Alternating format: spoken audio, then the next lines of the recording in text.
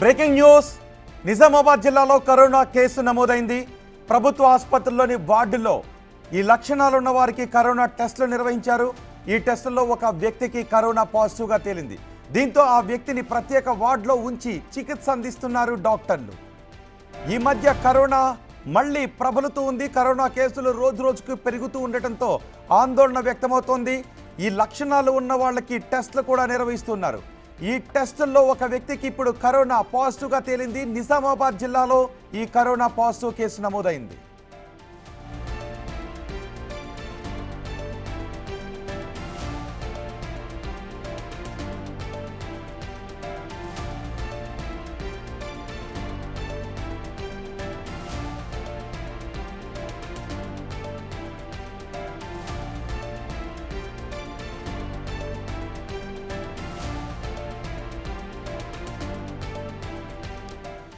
Corona కేసులు పెరుగుతూ ఉండటంపై ప్రజలు ఆందోళన వ్యక్తం చేస్తున్నారు.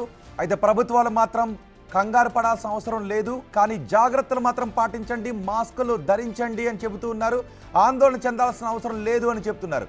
అదే సమయంలో ఎప్పటికప్పుడు లక్షణాలు ఉన్న వారికి టెస్టులు కూడా నిర్వహిస్తున్నాము అని వైద్యులు చెబుతున్నారు. మరింత సమాచారం మా ప్రతినిధి రాజు అందిస్తారు. రాజు, ఈ కరోనా పాజిటివ్ కేసుకు సంబంధించి మీ దగ్గర ఉన్న సమాచారం ఏంటి?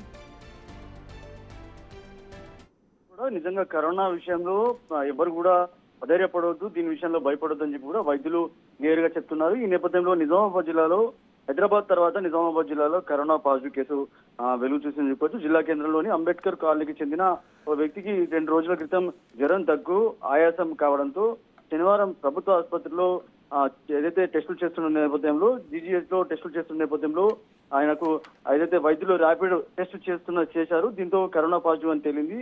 సూపరింటెండెంట్ డాక్టర్ శ్రీనివాస్ కు ఈ సమాచారం ఇవ్వడం జరిగింది.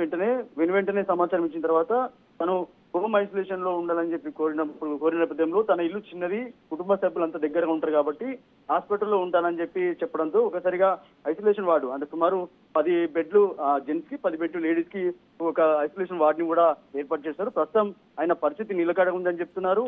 ఇప్పుడు వచ్చే కోవిడ్ ఏవైతే టెస్టులకు సంబంధించి ఒకవేళ ఏవైతే పాజిటివ్ కేసులు ఏవైతే వస్తాయో ఆ విషయంలో ఎవరు ఆధారపడొద్దు. చేతులు శుభ్రం చేసుకోవాలి. ఇంతకుముందు ఎట్లా చెప్పారో సేమ్ అలాగే చేతులు శుభ్రం చేసుకోవాలి, మాస్క్ ధరించాలి, శానిటేషన్ వాడుతూ ఉండాలని చెప్పి కూడా వైద్యులు చెప్తున్నారు. ప్రస్తుతానికైతే అతని పరిస్థితి నిలకడ ఉంది. మరిన్ని కేసులు వచ్చినా కూడా అన్ని చట్టదిట్టమైన నిబంధనలు ఏర్పాటు చేశాం.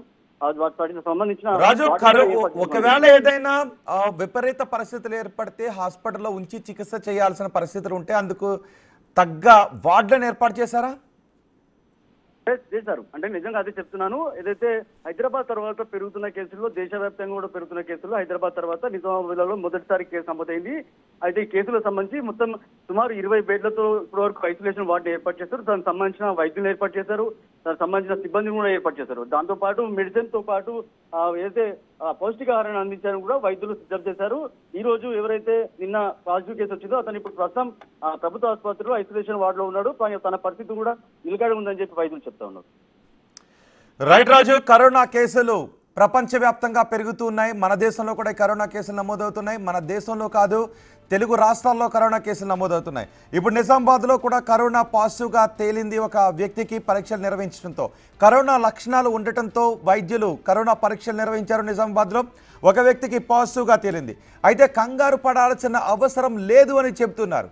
జాగ్రత్తలు పాటించండి అని సూచిస్తున్నారు. ఒకవేళ కరోనా లక్షణాలు ఉంటే వెంటనే టెస్ట్ చేయించండి. పాజిటివ్గా ఉంటే కనుక వైద్యుల సూచన మేరకు సెల్ఫ్ ఐసోలేషన్ కండి అని చెప్తూ ఉన్నారు. ఒకవేళ ఆసుపత్రుల్లో ఉండి ట్రీట్మెంట్ చేయించాల్సిన పరిస్థితులు ఉంటే అందుకు తగ్గ వార్డులు కూడా ఏర్పాటు చేస్తామని చెప్తున్నారు. అయితే వృద్ధులు, ఇతర వ్యాధులు ఉన్నవారు మాత్రం ఈ కరోనా విషయంలో కొంచెం జాగ్రత్తగా ఉండాలి. బయటకు వెళ్ళినప్పుడు మాస్కులు ధరించాలి, కొంచెం సోషల్ డిస్టెన్స్ పాటించడం మంచిదని సూచిస్తున్నారు. కానీ ఎటువంటి ఆందోళన పడాల్సిన అవసరం లేదు, గాబరా పడాల్సిన అవసరం లేదు అని వైద్యులు చెప్తున్నారు.